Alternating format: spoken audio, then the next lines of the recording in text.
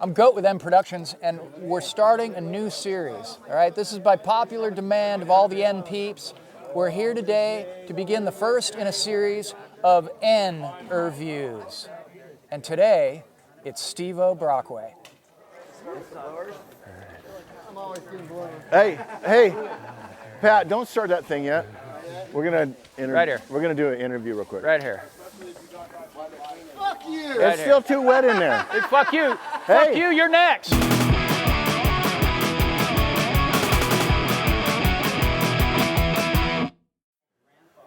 Goat here with M Productions. We're here at the Glory Hole today. We're here with a guy who represents more about the NMen and more about the Glory Hole than anybody we know. Today we're going to talk to SteveO Brockway. Woohoo!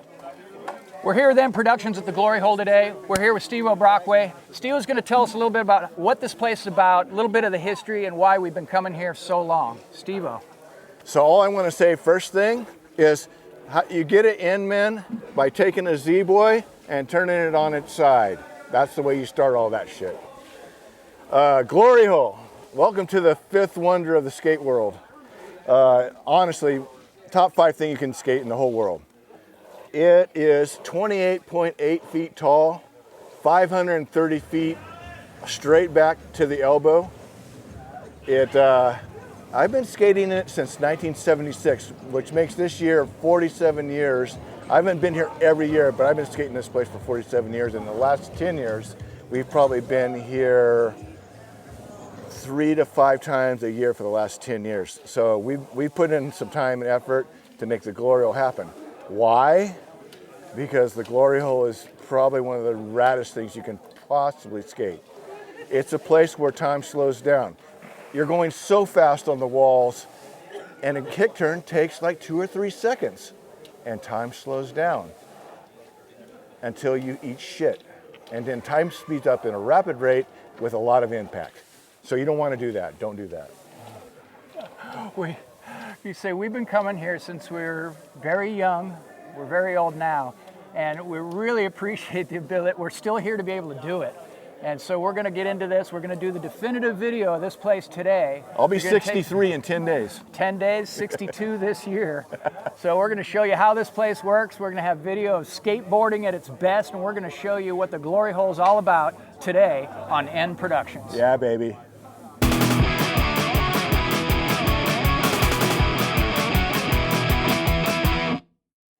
All right, we're here with SteveO, and the purpose of ERVIEWs is for everybody to tell their skateboard story, the entire skateboard life story, from the moment they first saw a skateboard right through up to now and what it's kind of meant to them. We know it's asking a lot of some people, this guy notwithstanding. So as we speak, we're going to let the man himself, SteveO, tell us his story. Thanks, Sean, and thank you guys for doing this. This is really cool. So I first skated in about 1966.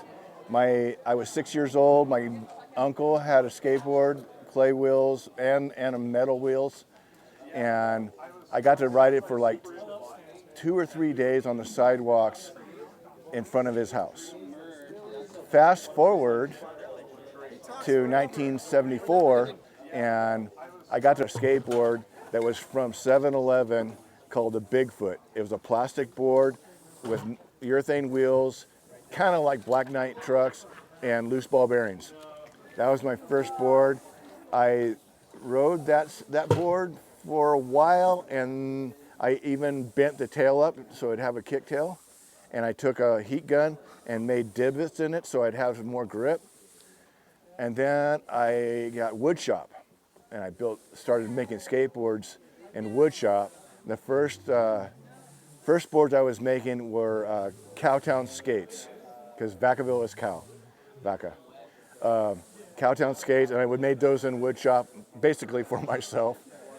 And then after that I did Easy Rip, which was a take on Aero skateboards back in the day. And in about that was 74, in about 1975, we went to Old Sacramento, and I heard there might be some stuff to skate, so we brought our boards and we went to Old Sacramento, and there was Stoker Hill with a concrete apron that went down under the freeway with a big old, like 80, 90 foot long asphalt bank that was about 12 feet high, and it was nice and smooth. And that's where I met the NMen.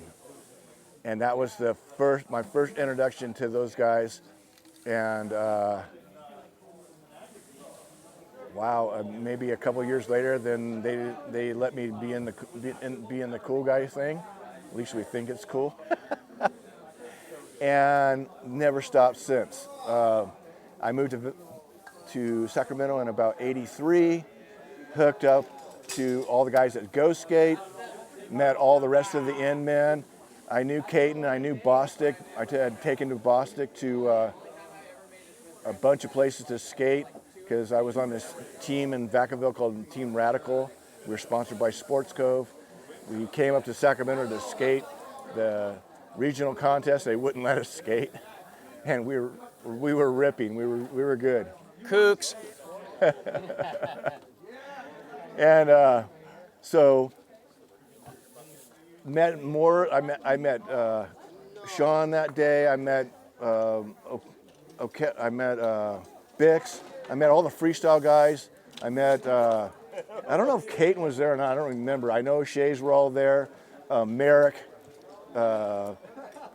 Everybody that either did slalom or did freestyle, high jump, because we had high jump then still. That was '76, I think, is when that was happening, downtown Ford contest. And they wouldn't let us skate, and so we went over to Skateboard Palace and inhaled some nice caustic dust from the ceiling of that place, and slipped around for a while, and it was a good time. That was the second skateboard park I went to. I went to Concrete Wave in Anaheim, first park. My family went to go to Disneyland, and I said, I want to go skate. So I got 2 days straight at Concrete Wave. That changed everything for me. That was like, I know what I want to do. I want to skate, which is really important because I grew up as a Jehovah's Witness, so I was basically in a cult and didn't know it, and didn't get to do sports and be around other people. So skateboarding, they were like, well, that is what you do by yourself, so it's fine. You can't get in trouble, and and you can't be too influenced by other people because you're doing it on your own. That was my release from being in a situation I didn't know was bad. Many years later, when they tried to kick me out for doing something I didn't do, I realized they're not guided by God. Fuck that. And I left, and I moved to Sacramento, and skateboarding was my vehicle. That was the way out for me. That was where my home was. That's where I met the NMen. That's where the NMen have become my home now for the last 45 years. And I've been involved with skateboarding at every level from then, that time on, from being at the original X Games as the head judge for skateboarding. I've been involved with World Cup skateboarding and the National Skateboarding Association before that. All these many years, and I still judge contests. I just judged the Tim Broch contest 2 weekends ago in Santa Cruz, and my main motivation now is to try to keep the younger guys, and I'm saying younger, like 40, 45, when things start getting hard to do, keep those guys going. So at 63, in 10 days, I want to quantify that because I'm not 63 yet. I'm 62 and a young 27. And I'm going to stay that way until I can't skate anymore. And then I'll be old. And that's that. Well, there you have it. So we had this idea about doing interviews, and we had to do the first one with the man. We want to thank him, thank everybody again. Keep your eye out for more interviews where everybody gets to tell their story here on N Productions.